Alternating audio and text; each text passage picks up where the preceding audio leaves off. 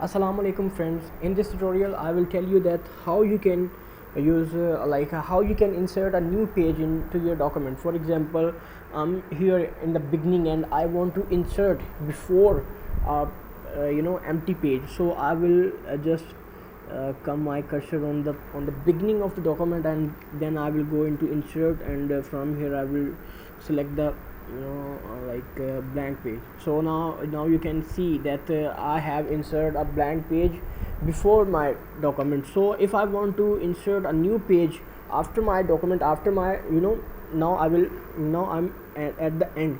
So here I will go to blank page, and I have insert a page. And so this is the way by which you can insert a page before your document, before your data, and after your data. So this is all for this tutorial, and see you in the next one. Thank you.